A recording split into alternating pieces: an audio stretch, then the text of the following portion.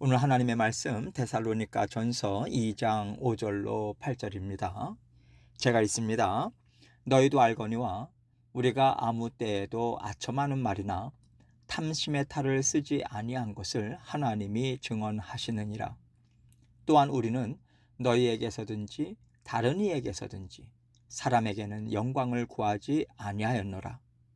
우리는 그리스도의 사도로서 마땅히 권위를 주장할 수 있으나 도리어 너희 가운데에서 유순한 자가 되어 유모가 자기 자녀를 기름과 같이 하였으니 우리가 이같이 너희를 사모하여 하나님의 복음뿐 아니라 우리의 목숨까지도 너희에게 주기를 기뻐함은 너희가 우리의 사랑하는 자 됨이라. 아멘. 실라와 디모데와 함께 2차 선교 여행 중에 사도 바울은 데살로니가 지역에 있는 유대인 회당에서 말씀을 가르쳤어요. 새 안식일, 그러니까 3주에 걸쳐서 성경의 말씀을 통해서 예수 그리스도의 복음을 전했는데 놀랍게도 많은 사람들이 복음을 받아들였습니다. 그러자 하나님을 대적하는 세력들도 강하게 움직였어요. 하나님의 은혜와 역사가 일어나는 곳엔 반드시 사탄의 방해가 있기 마련이라는 것을 우리는 늘 생각하고 있어야 합니다. 아니, 왜 이러지? 걱정하고 두려워할 것이 아니라 당연히 있는 일이라는 담대한 마음을 먼저 갖고 하나님께서 뜻을 어떻게 이루실지 기대하면서 하나님의 인도하심을 따라가는 것이 필요해요. 데살로니가 지역에 복음이 힘있게 전파되고 많은 영혼들이 복음으로 살아나고 있는 그때에 방해 세력인 유대인들이 들고 일어났습니다. 그들은 끝까지 바울 일행을 비방하고 죽이려고 하고요. 따라다니면서 엄청난 방해를 했어요. 뿐만 아니라 이방신을 섬기면서 수입을 얻었던 사람들도 위기감을 느끼니까 바울에 대해서 험담하고 비방을 했을 것이고요. 또 거짓 교사들 또한 바울이 전하는 복음을 비방하면서 자신들이 원하는 바를 얻으려는 일들이 나타나는 거죠. 이런 일들은요, 항상 세트로 일어납니다. 힘을 합치게 되어 있어요. 이런 사탄의 세력들에게는 분명한 목적이 있거든요. 하나님 나라를 무너뜨리는 거죠. 사람들이 새 생명을 얻지 못하게 방해하는 것이 주된 목적인데 사탄이 이 일을 이루기 위해서 사용하는 것이 사람의 마음입니다. 율법주의자들에게도 거짓 교사들에게도 이방신을 섬기는 사람들에게도 자신들이 원하는 것을 이루어서 얻고자 하는 바가 분명히 있었기 때문에 사탄은 그들의 마음을 사용하는 것이고요. 그것을 성경은 탐심이라고 얘기하죠. 이렇게 사탄은 사람의 탐심을 이용하지만 하나님은 절대로 사람의 탐심을 이용하지 않습니다. 오히려 하나님의 은혜가 들어가고 하나님의 말씀이 들어가면 탐심들이 내쫓겨요. 빛이요 진리인 복음이 우리 안에 들어오면 우리 안에 있던 어둠과 거짓이 밀려나는 것은 당연한 겁니다. 그래서 복음을 전하는 사람들의 마음에는요, 하나님을 사랑하고 영혼을 구하고자 하는, 구원하고자 하는 마음 때문에 육신의 정욕, 세상살이의 욕심이 오히려 줄어들어요. 물질이나 육신의 욕망이 섞여 들어가지 않도록 근신하고 절제하는 하나님의 영, 하나님의 성품이 함께 일하시기 때문에 그렇습니다. 바울이 데살로니가 성도들에게 전하고 싶은 것도 이거예요. 우리는 하나님을 사랑하는 마음으로 너희가 아름다운 교회를 이루기를 원하는 마음 하나로 복음을 전했다는 거죠. 이것을 생각하면서 오늘 말씀을 보도록 하겠습니다. 본문 5절입니다. 너희도 알거니와 우리가 아무 때에도 아첨하는 말이나 탐심의 탈을 쓰지 아니한 것을 하나님이 증언하시느니라. 바울과 실라와 디모데는 유대인들의 공격으로 인해서 급하게 데살로니가 지역을 떠났기 때문에 그때 성도들에게 다 하지 못한 말을 지금 하고 있는 거예요.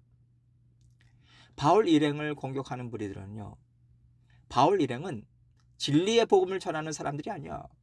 사람들을 속여서 물질을 얻어낸다던가 자기들의 필요를 채우고 입지를 굳게 하려는 속셈이 있어서 하나님 말씀을 빌미로 그들은 접근한 거야. 이런 거짓 소문들을 퍼뜨렸거든요. 바울 일행이 전하는 것이 진리가 아니라고 반박하거나 틀렸다고 증명하기가 어려우니까 뒤에서 자꾸만 딴소리를 하는 거예요. 말을 만들어내고요. 별일 아닌 것도 마치 큰 죄인 것처럼 부풀려서 거짓을 말하는 거죠. 이렇게 방해하는 일을 율법주의자들이나 거짓교사들, 이방인들이 하나가 되어서 한 거거든요. 그래서 바울이 데살로니가 교회 성도들에게 우리는 원하는 것이 있어서 우리 유익을 위해서 너희에게 복음을 전한 것이 결코 아니다. 이것을 지금 해명하고 있는 거예요. 6절도 동일한 맥락의 말씀인 거죠. 또한 우리는 너희에게서든지 다른 이에게서든지 사람에게서는 영광을 구하지 아니하였노라. 지금 바울은요, 우리에게서 욕심이나 다른 뜻이 있었다는 의심이 든다면 우리가 지금까지 걸어왔던 길을 너희가 한번 되짚어서 확인을 해봐라. 이런 의미로 말하고 있는 거예요.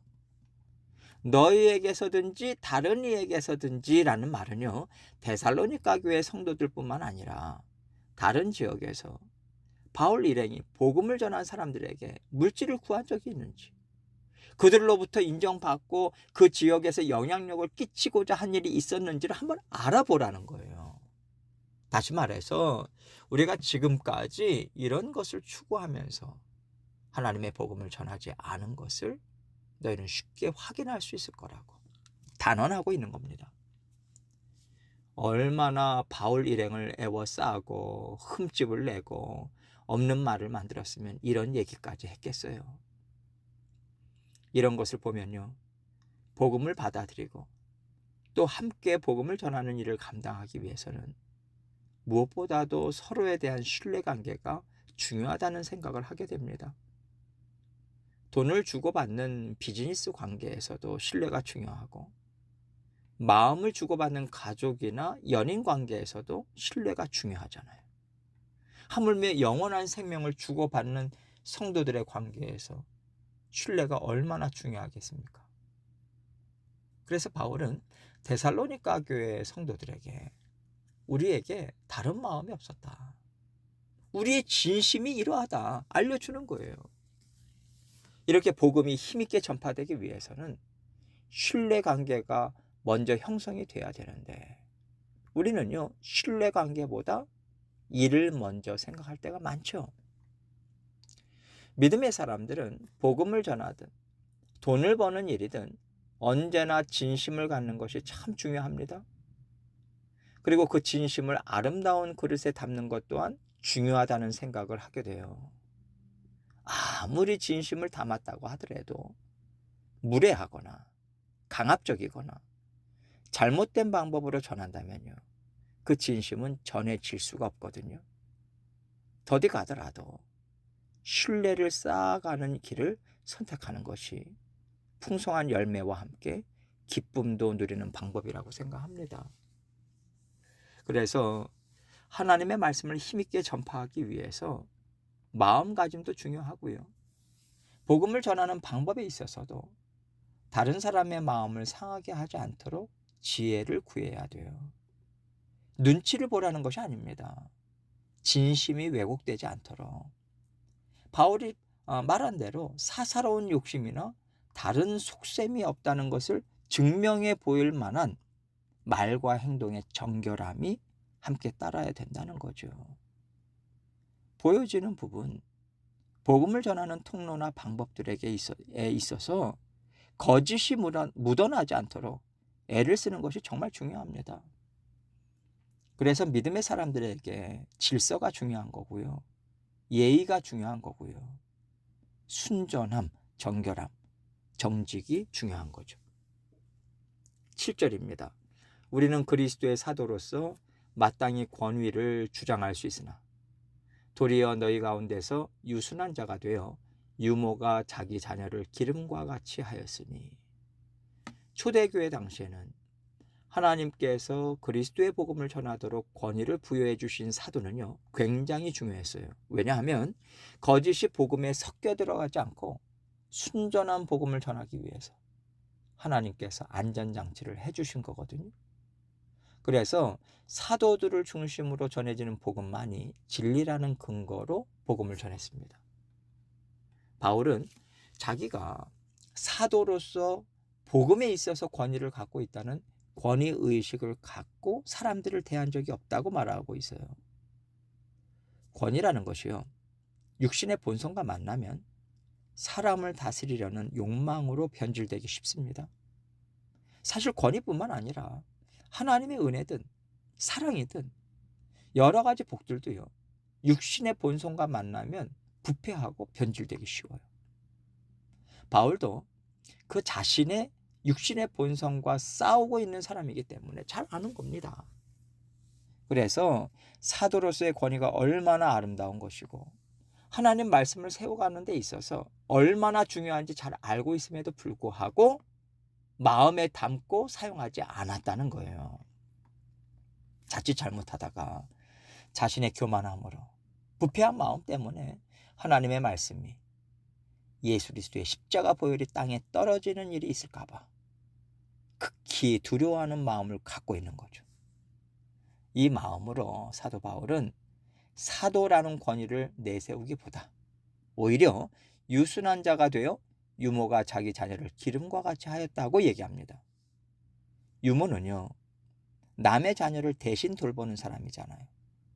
그래서 마치 유모처럼 부모로서의 권리를 주장하지 않고 오히려 겸손하게 주인의 자녀를 보살펴주고 양육하고 주인을 섬기듯이 자녀 또한 섬기고 돌보듯이 데살로니가 교회 성도들을 섬겼다고 전하고 있는 겁니다.